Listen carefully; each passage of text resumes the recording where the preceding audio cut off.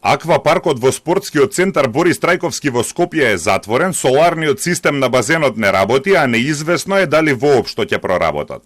Никој не може да гарантира за безбедноста на реквизитите во аквапаркот, а одржувањето е премногу скапо, констатира Државниот завод за ревизија.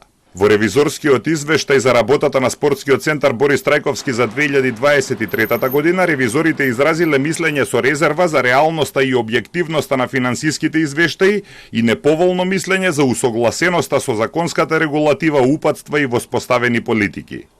Во 2023-та било планирано аквапаркот да заработи 120.000 евра, но заработил 70.000, а во 2024-та воопшто не работеше. Како причина за оваа состојба наведена е економската неисплатливост од работата на аквапаркот, како и истечениот гарантен рок од 10 години на вградените реквизити, опрема и инсталации, во кој период изведувачите гарантираат за квалитетот на изведените работи. Оваа состојба предизвикува неизвестност за натамошната работа на аквапаркот и влие врз остварените приходи и резултатот од работењето на друштвото. Ревизорите препорачуваат раководството на центарот да ја извести владата за проблемот за да се најде решение. Приходите од базенот, лизгалиштето, малата сала, кугланата, конгресниот центар и пинг-понг салата растат во изминатите 3 години, но ревизорите констатираат дека центарот не остварува приходи од паркингот кој е бесплатен. Неизвестно е и понатамошното работење на соларниот систем за загревање на водата поставен на кровот на базенот.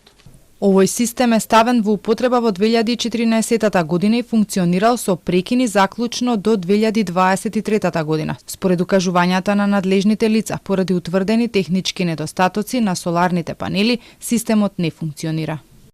Со оглед на високите цени на струјата, ревизорите сметаат дека е од голема важност да се преиспита можноста за повторна употреба на соларниот систем.